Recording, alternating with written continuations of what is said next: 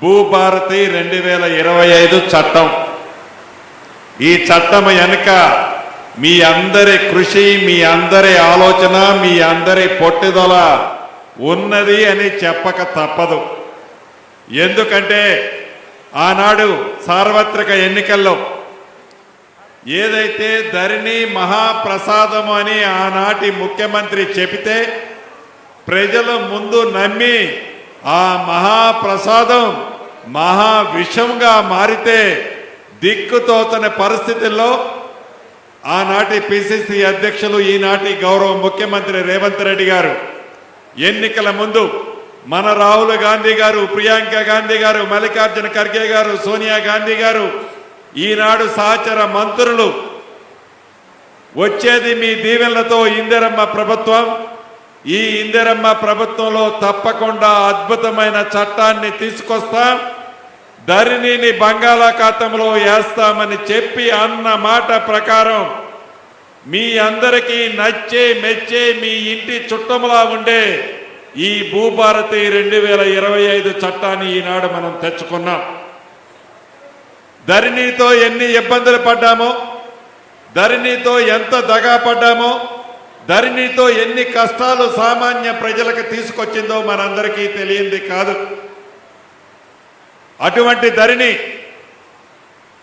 ఎవరికైనా భూముండి కష్టంలో ఉన్నప్పుడు ఒక అరెకరం భూమి అమ్ముకోవాలన్నా ఆ ధరణి కష్టాల వల్ల ఆ అరెకరం అమ్ముకోలేక ఆ ఇంటి ఆవిడ కూడా మరణించిన సందర్భాలు రాష్ట్రంలో కోకొల్లలున్నాయి.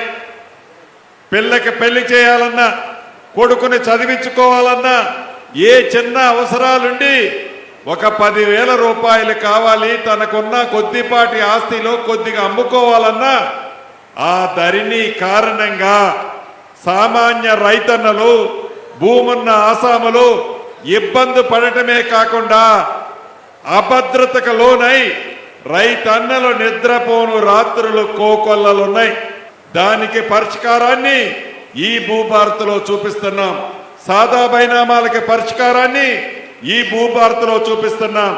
ఏదైతే తప్పులు పడ్డా, స్పెల్లింగ్లు తప్పులు పడ్డా, ఏరియా తప్పు పడ్డా, వివిధ కారణాలు ఏదైనా రైతులు ఇబ్బంది పడితే వాటన్నిటికీ సమస్యలని ఈ భూభారతిలో పరిష్కారం చూపిస్తున్నాం.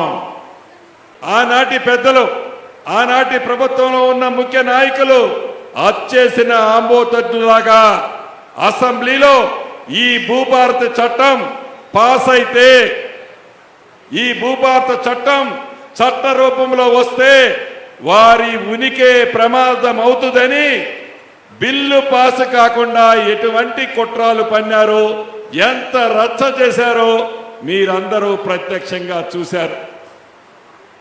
నిన్న 2020 ధరణి చట్టం గురించి ఎవరైతే పెట్టారో వారు నిన్న వారి రజతోత్సవ సభలను జరుపుకున్నారు. ఆ సభలో మాట్లాడుతున్నారు, దుఃఖం వస్తుందని చెప్తున్నారు. ఎందుకు దుఃఖం వస్తుందయ్యా మాజీ ముఖ్యమంత్రి వర్యులు, మీకు ఎందుకు దుఃఖం వస్తుంది? ఒక అద్భుతమైన భూభారత చట్టం వస్తుందని దుఃఖం వస్తుందా? పేదోడికి సన్న బియ్యం ఇస్తున్నామని దుఃఖం వస్తుందా? ఆడబిడ్డకి 200 యూనిట్లు ఉచిత కరెంటు ఇస్తున్నామని దుఃఖం వస్తుందా? 500 రూపాయలకి గ్యాస్ ముద్దిస్తున్నామని దుఃఖం వస్తుందా? పేదోడికి జబ్బు చేస్తే 10 లక్షల రూపాయలు రాజీవ్ ఆరోగ్యశ్రీ ద్వారా ఉచితంగా వైద్యం చేపిస్తున్నామని దుఃఖం వస్తుందా?